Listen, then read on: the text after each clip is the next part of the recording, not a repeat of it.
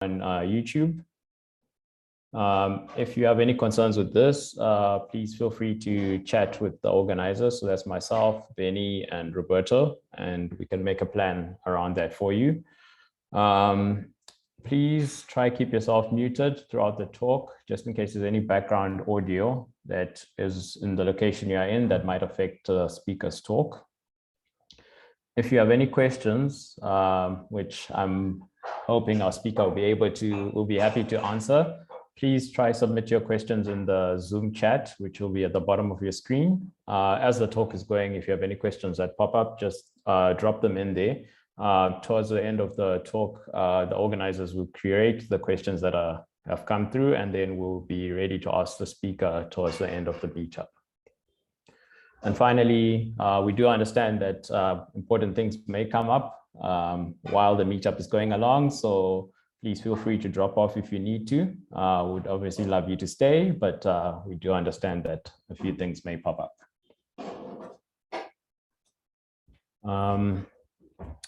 Just to say thank you to our sponsors. Would like to say thank you to Peach Payments for supporting our community and helping us host events like this and our in-person events. Peach Payments makes online commerce and digital payment acceptance easier and more accessible across Africa. And if you are interested in this or your company is interested in this, please check them out at peachpayments.com.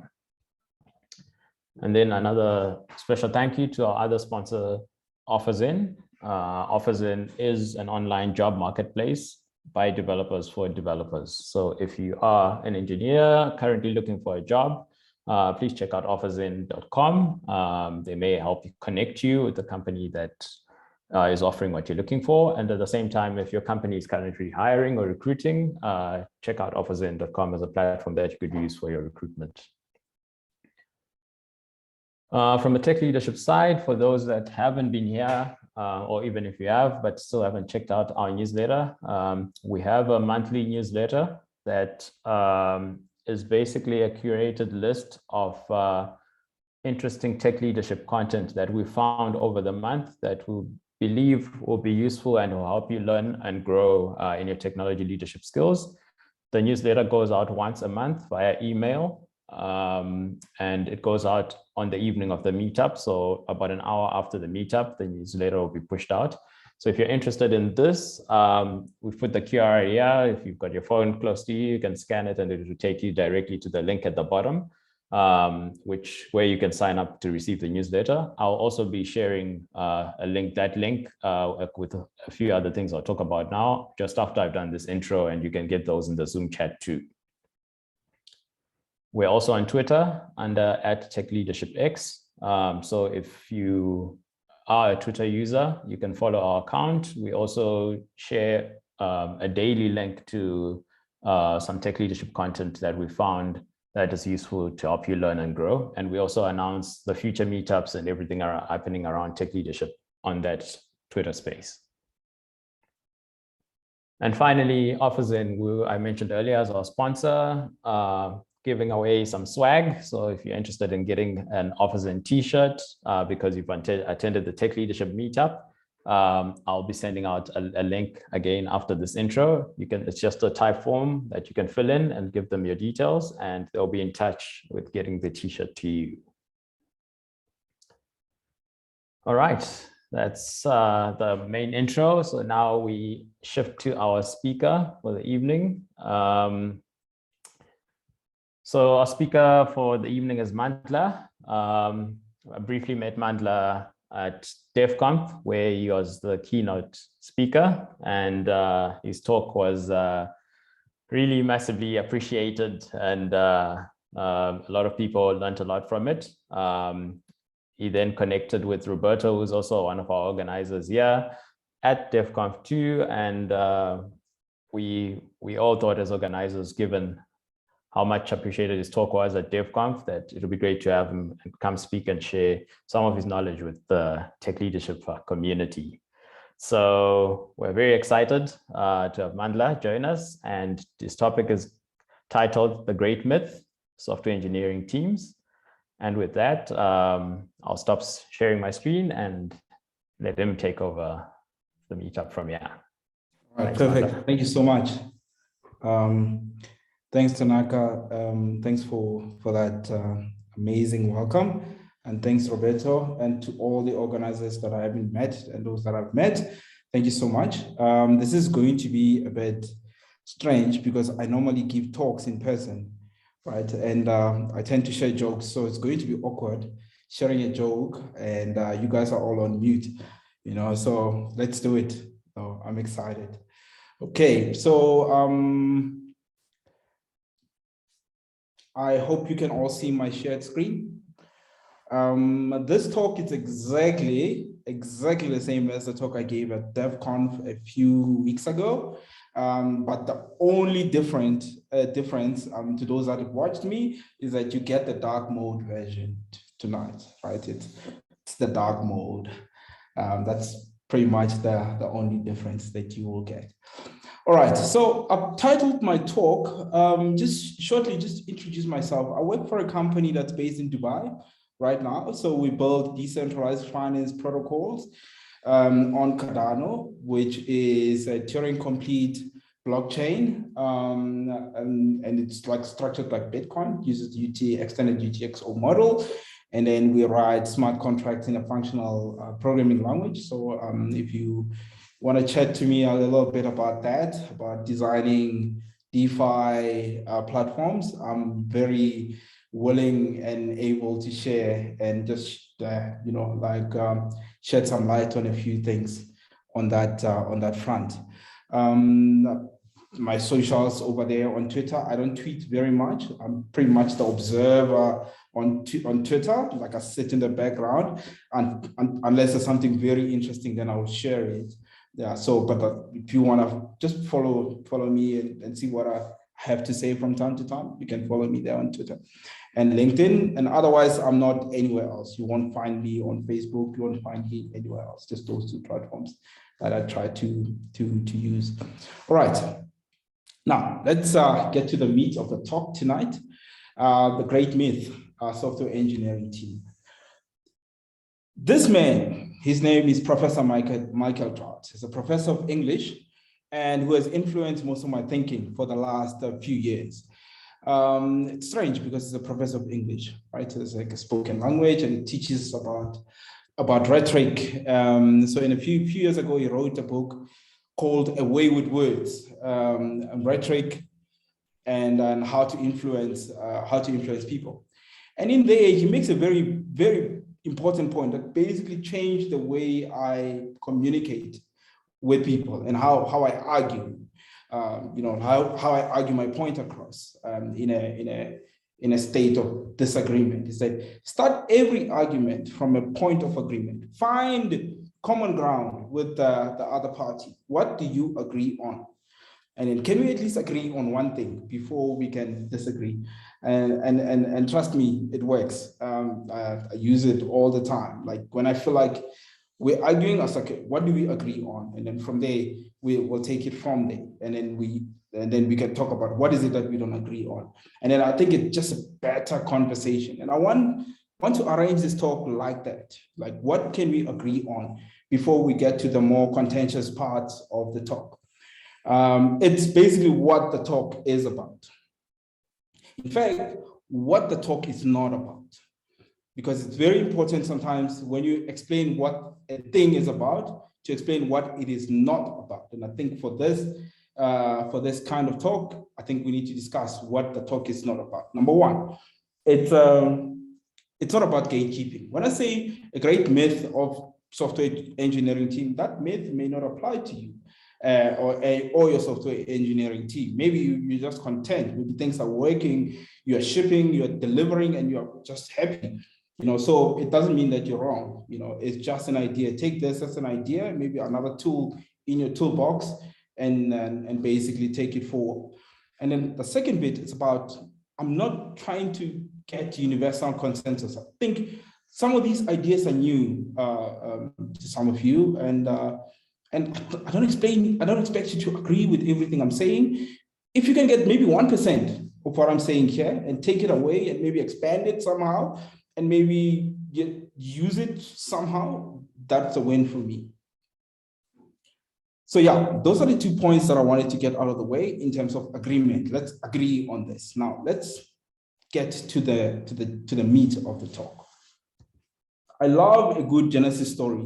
I love how things start. And I think that when we talk about software engineering, we'll be amiss if we don't go back to where we started. And I think most people don't think that far back. That how did we end up with this concept of software engineering today? And a short history here. It was coined by this young woman by the name of Margaret Hamilton, who in the late 60s was actually part of a team. In fact, I like to read this from my notes here. She led a team developing the software for the guidance and control systems of the in-flight command and lunar modules of the Apollo space missions. Just that first description makes me nervous. You know, thinking back, they didn't have Google, right? And they didn't have, there's no Stack Overflow for this, right? But you need to put the first man on the moon. And here's this young woman, late 20s, early 30s, leading a whole team of system developers, builders that are building the software that will help make this mission a success. So it's a pretty big deal, if you ask me. And actually that picture that you see, she's standing next to the code base. It's actually printed code base that they wrote for that, for the lunar modules. She coined the term software engineer because she felt that the work her and the team were doing was just as important and just as much engineering as the other work of the Apollo spacecraft.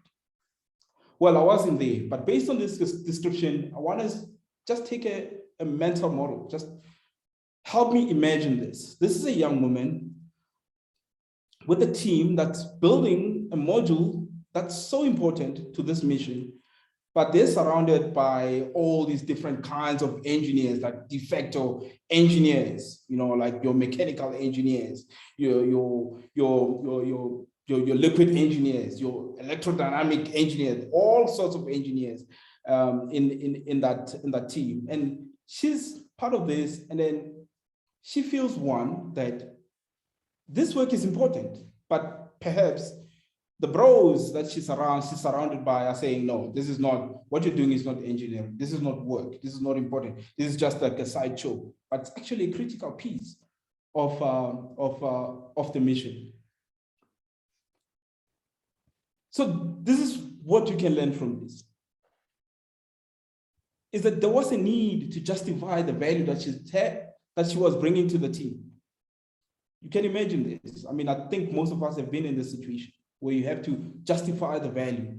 And as business leaders, I'm sure you have to justify the value over and over again to business. Like, what is your team bringing to the table? What have you delivered in the last 3 weeks? What have you delivered the last sprint to justify the value of existence?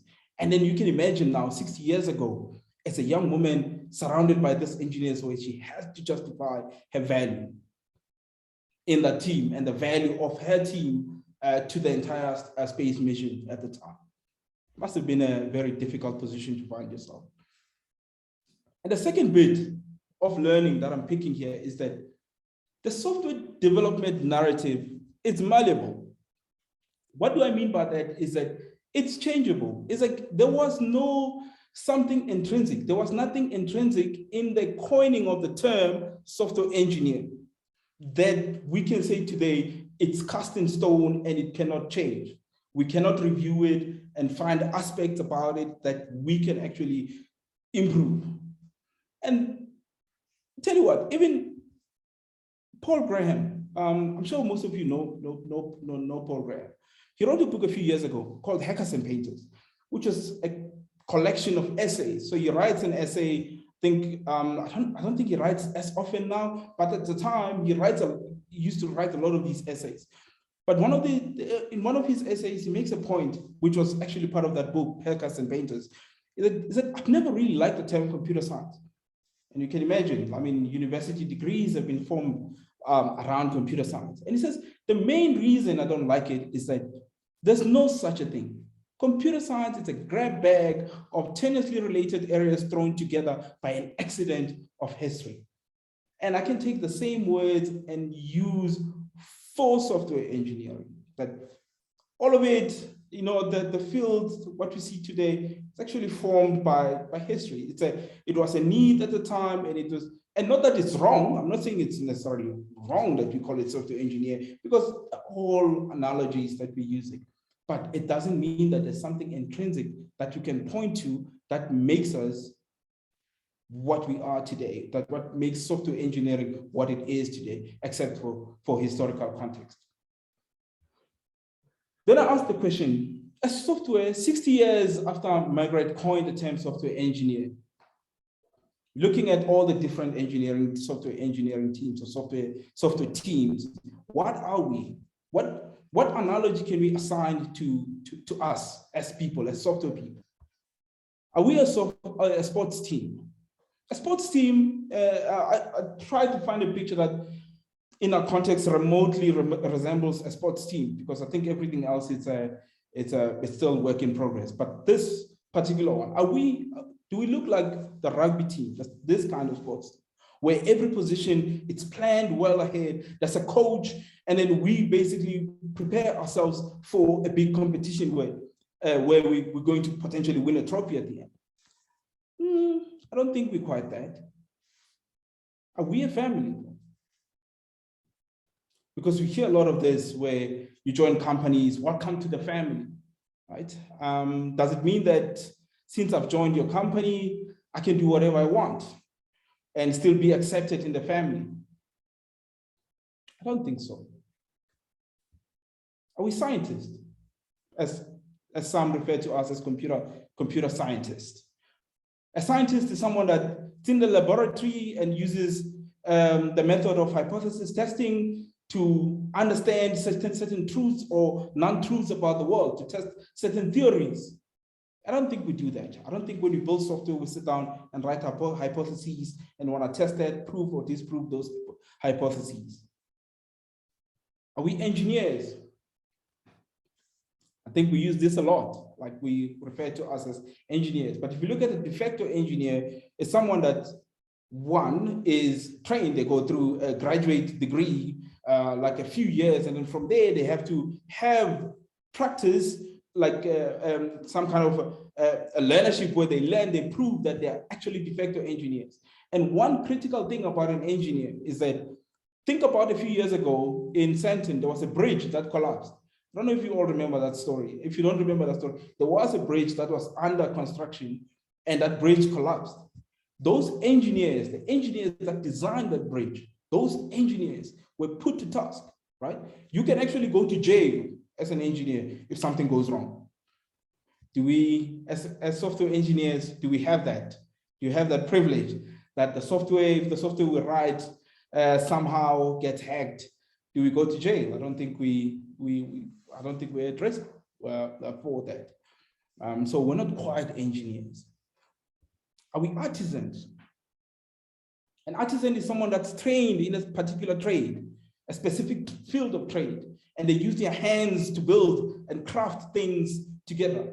And this is, for me, it's a very difficult one, because for the longest time, I used to say software craftsmanship is the thing. What I'm doing is software craftsmanship.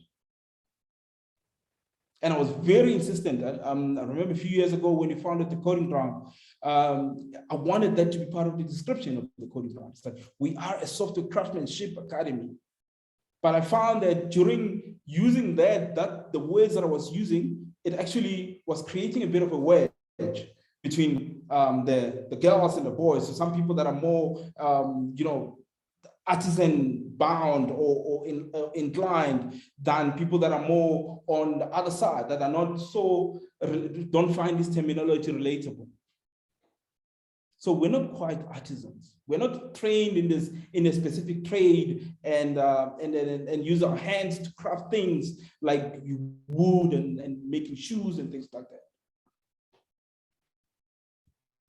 Then you're sitting there, you're asking yourself, why does this matter? Why does it matter what you call ourselves?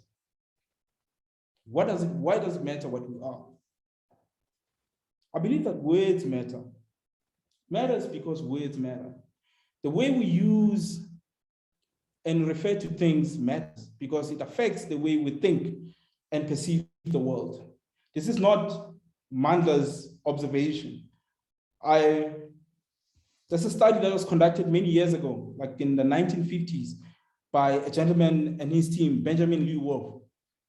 And in that study, they conducted to learn the impact of language in the way people perceive the world and the way people conceptualize the world. And they concluded, based on their study, that there's enough empirical evidence to prove that the differences between the structures of different languages shape how their speakers perceive and conceptualize the world. This is a very, very, very, very important thing, because now from a Zulu speaker, there's, just because of the structure of the language, there's certain, that impacts my background and the way I see the world today. And that's valid from to a Banda speaker, where they have gendered greetings. The way you greet a man is not the same as the way you greet a woman in Banda, and the same with other languages as well, where you have gendered nouns, etc. I'll make an example in Zulu. There's a lot of these languages, all these words, and I know there's some in the English context, but where you can say you use the same spelling and you mean something completely different. Like in Zulu, when you've written like this, you say something Ingathengwa or Ingathengwa, it means something completely different. When I say Ingathengwa, I'm agreeing that yes, you may buy this thing. When I say Ingathengwa, I mean you shouldn't buy. And on its own, this word gives you enough context, right? Unless it's written down. You need to hear someone say it, that you can tell the difference to what exactly the meaning is. So you don't need to put anything prior or after this word. On its own, it has enough context, but you need someone to say it for you to understand with the context within which it's used. So in software, we use a lot of analogies, right? Because software is a new field. What is an analogy? An analogy refers to a comparison of two otherwise unlike things based on resemblance of a particular aspect. We use a lot of these borrowed analogies in software, in software as we build, software development mainly. For example, like this is a string on the right, a picture of the string, but in programming languages, the string is something else, right? It's a borrowed analogy. And we have scaffold, in construction, that's a scaffold that you use to extend yourself as you build a house. Use a scaffold to take things up, the higher up you build. And we use scaffolding as a terminology in software development. The more interesting one is actually around the deadline. I don't know if you know this. I'll just repeat it for people that don't know. The genesis of the word deadline was actually from prisons in the 1800s, where there was a line, a physical line, like barrier that they'll create around prisons. Like if a prisoner crosses that line, would basically get shot. They would die. That's a deadline. That was referred to the deadline. If a prisoner crosses that line, would get shot. And that's it. That's deadline. And you can imagine today, we use a lot of this. We use that to refer to, yeah, I have a deadline tomorrow. It means potentially when I get shot on that day. There's a lot of these borrowed analogies that we use in software. In software, I mean, you can look at observer, map, fixture, wireframe, state, factory, visitor, tree, adapter, proxy, store. There's a whole lot more that are basically borrowed from the physical world, and we use that to refer to things within software development as a whole. So to my thesis here, 2020 was a very difficult year, but with it came the opportunity to spend a lot of time at home. So I did a bit of gardening, so I live in an estate, I have a little corner there. I started gardening. I'm like, how can I make this garden more fruitful? That's where I stumbled upon the concept of some permaculture, which I'm going to talk a little bit about it. Like, how do you increase your yield in a small spaces? I looked at various concepts, and I found Very interesting. And as I was looking at this, like, this is actually valuable to not only agriculture, but it can be useful in software, like the way we build teams, the way we structure organizations. And that's my basic thesis here. What if we looked at software teams through an agricultural lens? Which, in my opinion, it closely aligns with what software is about. As always, I love a good Genesis story. So as Margaret was leading a team coining the terminology of, the software engineer term, there's something else that was happening in the world in the early 70s. And these two gentlemen were based in Australia. One is Bill Mollison and David Holmgren. Bill Mollison was the what you can think of as the teacher, and David was the understudy, was learning from him. And actually, this Bill Mollison died recently, I think in 2016, and he's referred to as the father of permaculture. And their basic premise is this: from coining permaculture, they asked themselves this question, which was Bill Mollison. He said, if most of nature is dominated by perennial plants, trees, longleaf plants, why is our agriculture dominated by annual crops? I grew up in the village. I know exactly this resonates with me, this particular statement, because you see how farming is done in the village. It's like you get like maize. If it's a maize farm, there's only maize in that farm, but it doesn't resemble anything that you see in the mountains, in nature, right?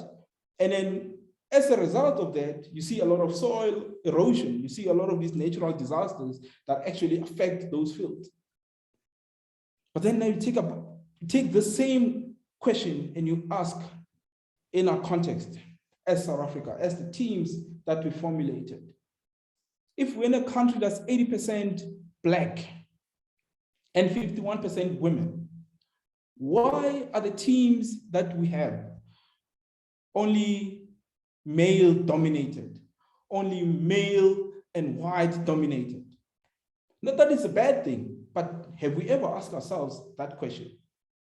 My current team, right? The percentage of male versus female in the team, it's completely out, right? We have like 3 like females, and then the rest is males. But why is it like that? And why? Why are we okay with that? That's where the concept of permaculture design came into play, where they coined this thing, which is basically that's about permanent agriculture. And they combined these 2 words and then they landed with permaculture. And that was Phil Mollison. And what permaculture refers to, it refers to the conscious design and maintenance of productive ecosystems which have the diversity, stability, resilience of natural ecosystems. The conscious design and maintenance of teams which has the diversity, stability, and resilience of the natural ecosystem within which they exist. So this is so important. If you think about where companies are at the moment, you hear a lot of companies today talk about shared value, where it's no longer just about profit, it's about profit and impact of or positive impact to the economy, positive impact to the environment, right? So this is not just new. It's happening maybe at a strategic level of companies, but this needs to come down to teams level, the way we build the software teams, where we very conscious in the design, very conscious in the maintenance of these productive ecosystems that are resilient, and mimic the natural ecosystem within which they exist. There's a few permaculture design principles which resonated with me. There's 12 of them in full. But I'm not going to go through all of them. I just want to go through a subset of these principles and see how they apply in the way we build teams going forward. The first principle is about observing. It's about observing and interacting. So the first principle is very much like observe and interact. As a team, as a leader of a team, you observe your team, but your observation doesn't end there. You observe outside of your team. What else is happening at organizational level, right? One of the best advice that I was given early on in my career was about look at what keeps the company alive. Look at what is the core product? What is the thing that keeps the company alive? And every action that you do has to be in line with that. Make sure that that grows, that becomes better. You know, it cannot exist. So if you see today, teams just, you know, we just build software, we ship the Scrum, we're standing, we're sitting, we're planning, you know, but do we have a concept? Do we have a view of what's keeping the company alive, right? Are we observing and interacting? And that goes even beyond just your team. It goes beyond the borders of your company. It goes into the country that within which you exist.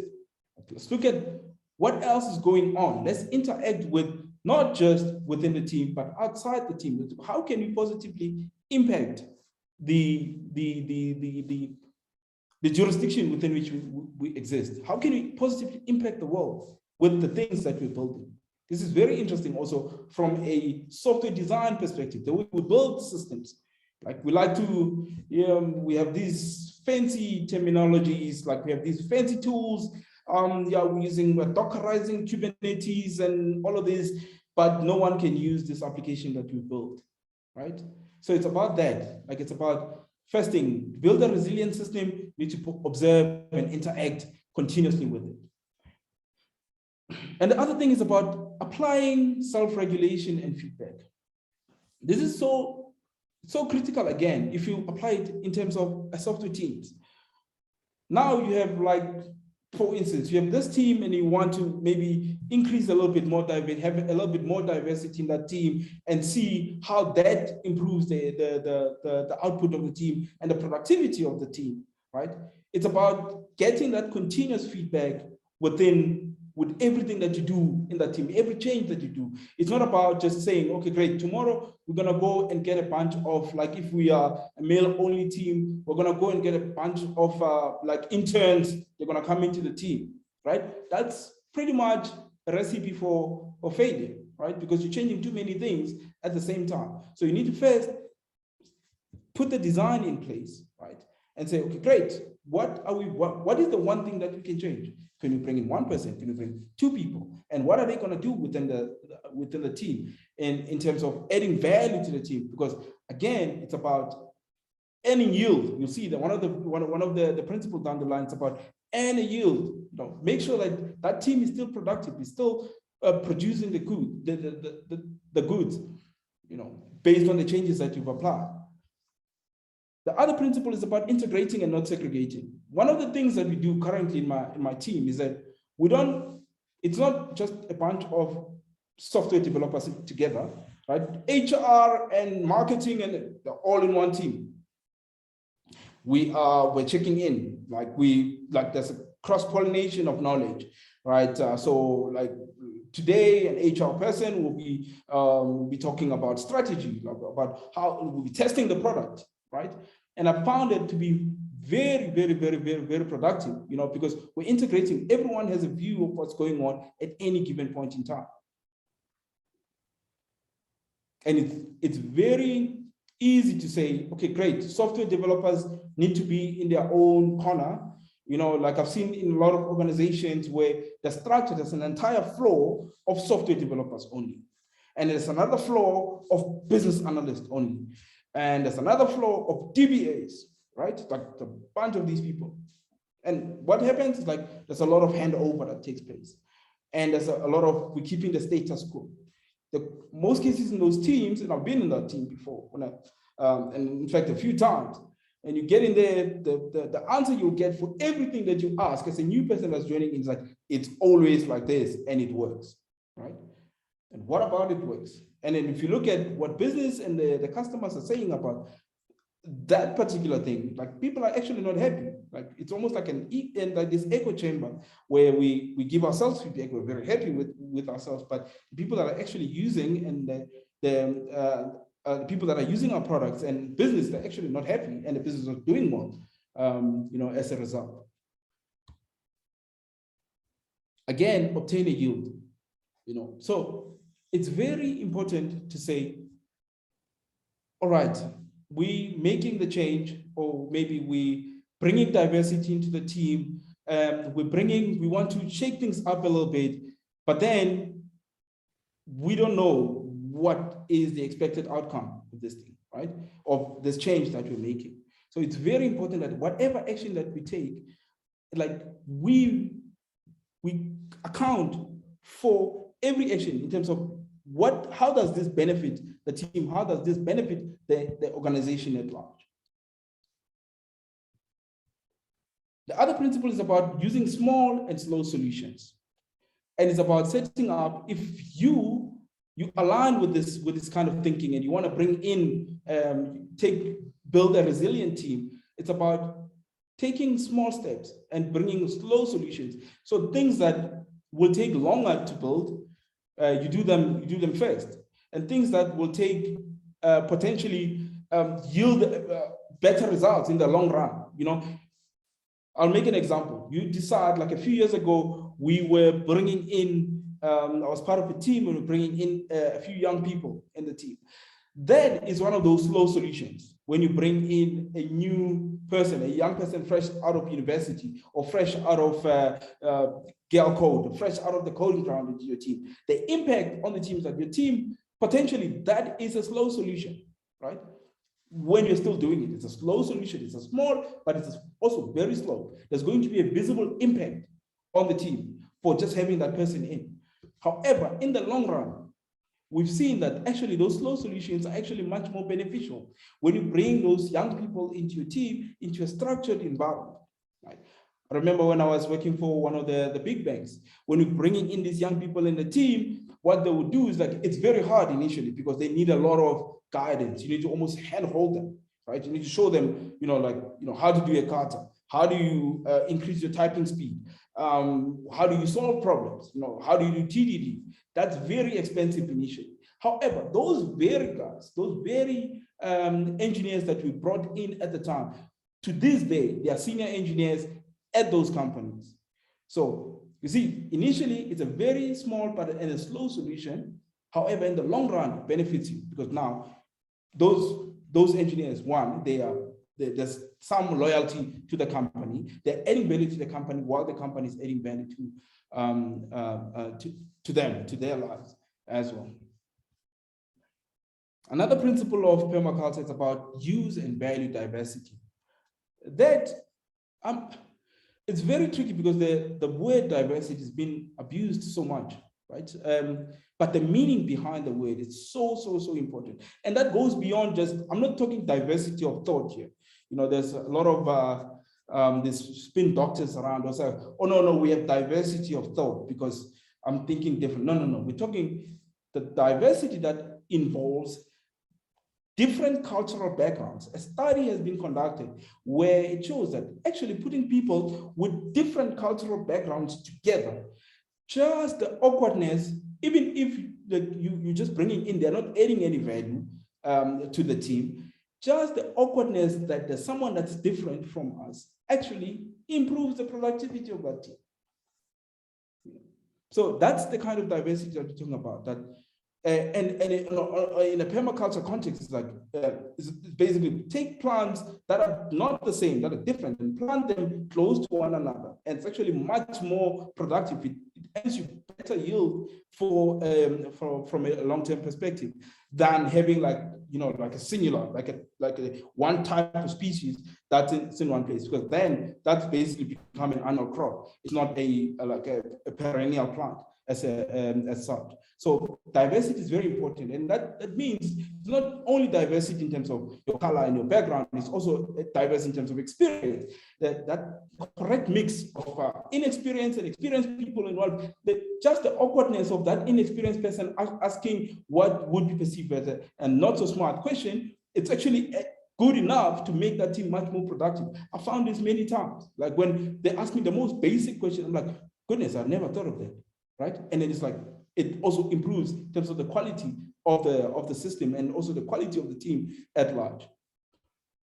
I think this one is one of the principles that's very clear, like I'm preaching to the converted. You design from patterns in terms of details. Unless you're designing from details, then you're in trouble because the systems that you're building are not going to be resilient. But design from patterns.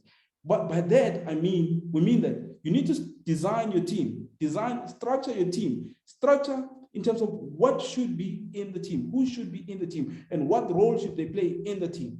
You know, it's no longer about just like what we're seeing, what's been rising in the last few years, where like we're looking for rock star developers.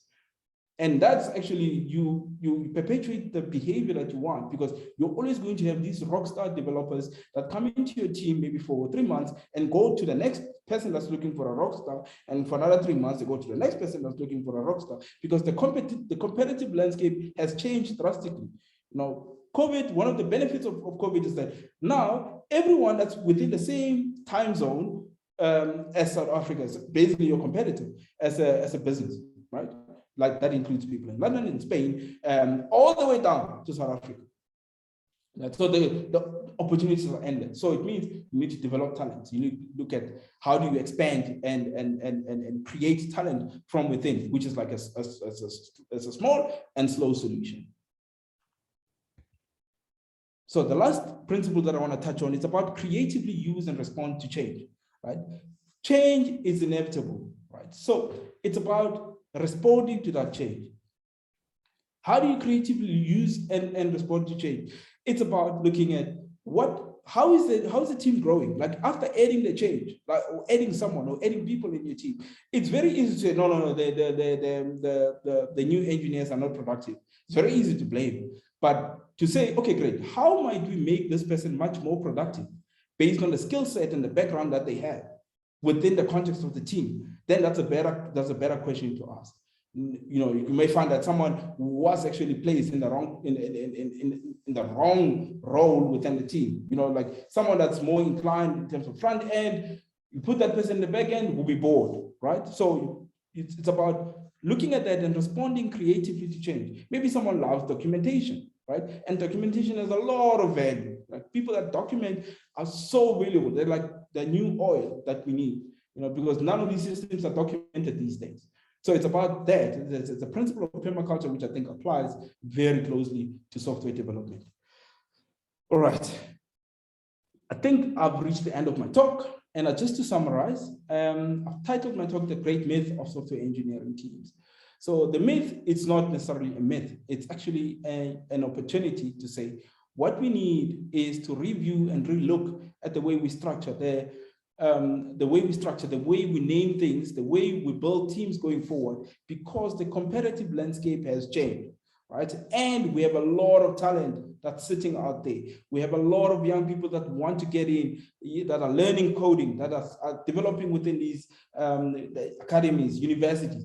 Those young people need opportunity, but that is a very slow and that's a very, very hard solution. But in the long term, it yields a better result than what we've been doing so far, where we're jumping from one senior engineer to the next. I'm not saying that's necessarily a bad thing, but however, a long and resilient team, it's made up of those young people that are given an opportunity and to work with senior people, and at the same time coming from different backgrounds. Those teams are naturally resilient because they have the right kind of diversity in terms of background, in terms of skill set, in terms of experience. So yeah, with that, I want to thank you. Do you have any questions? Cool. Thank you so much, Mandla. Even though it was the second time hearing the talk, definitely found it still insightful and definitely appreciated the dark mode. Yeah, I'm sure everyone else in the community received the value from the talk. So thank you so much. And you did ask about questions. There's a couple in the chat. I'll just read through and then you can answer, and then yeah. So one's coming from Benny. And he says, in your mind and experience, how do we as individuals encourage our companies and teams to take on more young developers? Yeah, that's a very good question. And it's very, in my experience, what I found is that when you drive things from a value proposition, that we need to make this team more resilient, right? We need to make this team more resilient. And then there's a structure that, and then from that premise, you say, okay, great. Now we want to bring in new people into the team. But what you need to propose is a structured approach that, okay, when they come in, because the biggest challenge is that when you bring in young people into a team, you find that there's like, okay, who's going to take care of them? What are they going to do in the team? So it means you take it upon yourself to say, here's the structure that you're bringing them in. This is what they will be doing on a day-to-day basis for the first 6 months at least, right? And then this is how we're going to integrate them into the team. So this is what we did. One of my colleagues, Ken, is very good at this. Like, she wrote this whole thing around, how do we actually bring engineers into the team, and what do they do on a day, like when they join, when they get into the office, what do they do day 1, day 2, day 3, day 4? What is the expected outcome? I think it's easier when you do it like that. When it's structured, you go to higher managers. We need to make this team resilient. At the moment, it's a problem because you see, every company is hiring at the moment, and it's not that the developers are not there. Maybe they're not. It's just that we basically we're rinse and repeating. We're getting the same developer, works 3 months here and leaves and goes to the other company, just because the demand is so high, But like, if you want to build a resilient system, like, we need to make the team resilient. And here's an opportunity. You can bring in young people, and there's other benefits that are associated with that when you bring in young people. This is like almost like tax breaks that you get and stuff like, the higher ups, they want to see all of that. There's tax breaks because you're educating young people, you're having an impact in the community. And the other thing is that it's about the long term. Like, long term, these people are going to be senior engineers, and they're more loyal than any other senior engineer you'll hire. It's the young person that you bring in that didn't bring, in most cases. I'm not saying that happens all the time, but in most cases, in my past experience, those young people stay at those companies for years, many years, adding value and growing with the company. So you need someone like that. Thank you, Mandla. That was awesome. Great, thanks. Any other question? Cool, thank you. And another one is, how do you make sure your team does not overthink the solutions they are building, which usually leads to over-engineering? All right. Oh, no, you see, it's about, I think that's a basic premise of agility, right? Get fast feedback. It's about the principle of quick feedback, because it's very, and I'm not gonna stand here and pretend like I don't overthink. I overthink sometimes, and then in most cases, that's what I found to stop me, like especially right now, is that I have people that want to use the product on the other side, and they want to see something, So it's about understanding that someone at the end that's going to use this product, that's waiting to use this product. You need that someone to remind you, no, I just want to use this piece, right? So it's I don't know, like the overthinking thing. I think it's prevalent everywhere in software teams. You always have a neat way of doing something, which is a good thing. But the thing is that you need to ship it, get it out there, get people using and critiquing your product as soon as possible. Ultimately, that's the goal of building software. All right. Thank you so much. Okay, I think there's another question that just popped in. Okay. So it's about that slide that had integrate, don't segregate. Yeah. And the question is, does this not lead to less focused work on engineering, for example, meetings? Yeah, so it's very, like the segregation means that it's not ceremony. I'm not saying let's introduce ceremony. It's about getting people co-located, not based on the domain of expertise, not based on your software developer, based on a product that they want to build, right? If you get people, it's almost like a community of practice. The product team that's focusing primarily on building this thing co-located, sitting together instead of like, I need to have a meeting with you, right? There's actually much more focus in there because you refine, the lines of communication are actually much more open than when you have to set up a meeting and wait 3 weeks before you can talk to the person, or wait a week, right? It's like, to me, that's a lot of waste in, it's like, but if teams that are product focused on a specific product are co-located and with a diverse skill, like basically you have testers, you have the senior developers and junior developers that are primarily focusing on that particular product, and the BA that needs to be part of that, like co-located, sitting together, and the product owner as well, co-located one place. Right now, it's not possible, but obviously, I don't know, teams, but knowing that we form part of this particular team, this particular product, it's much more effective than like the ceremonies that we see right now, where, it's based on vertical, like set of developers sit there, set of BAs sit there. I think that actually leads to a lot of waste, a lot of repetition, based on my experience. All right, thank you. I think we'll take one more, which is a follow-on, I think, from what you're just saying, which is how do you suggest integrating when everyone is remote? Yeah, I think that integration, it's based on, based on the tools that you use.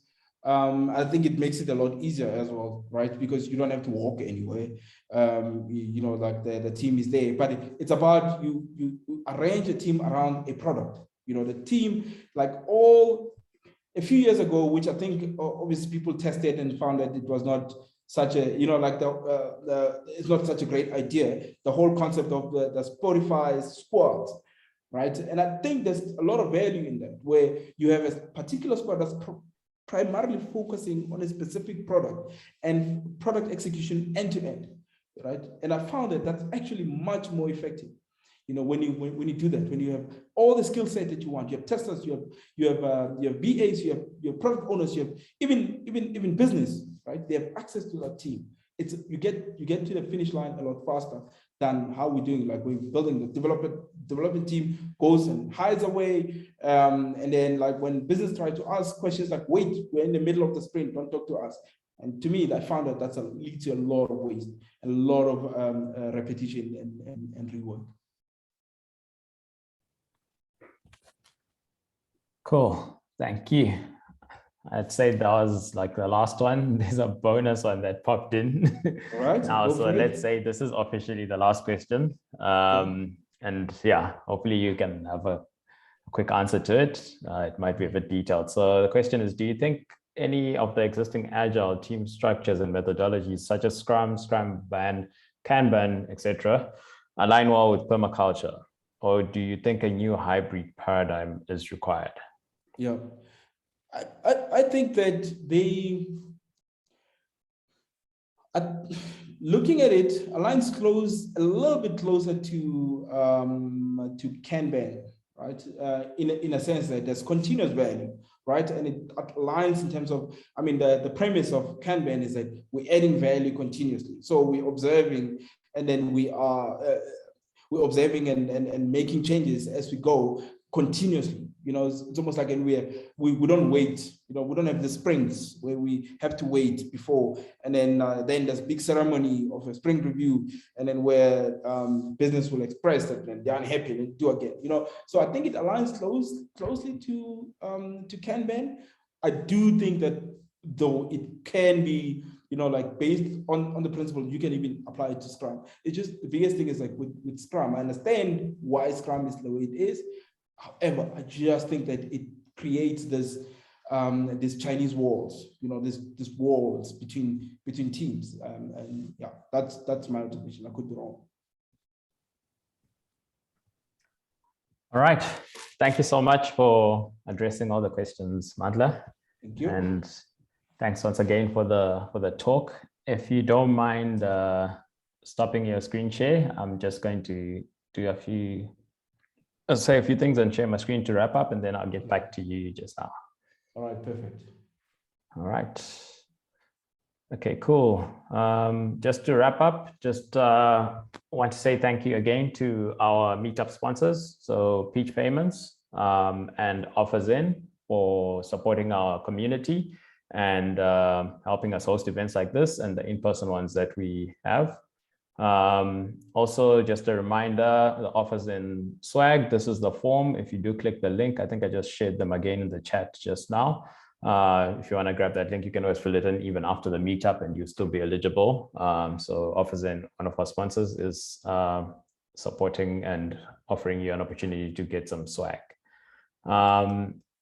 And then just a reminder, again, also Tech Leadership newsletter will be going out in a few minutes from now after the meetup. So if you want to sign up to that, grab that link again in the chat and you will receive an email with a list of links that are useful around tech leadership topics to help you learn and grow. And also you can follow our Twitter account if you also want to get similar links.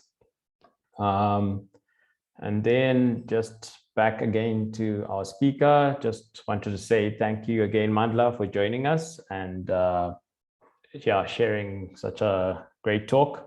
And I guess bringing new people to our meetup and our community. As is customary from the Tech Leadership meetup, we always gift our speakers with a book of their choice.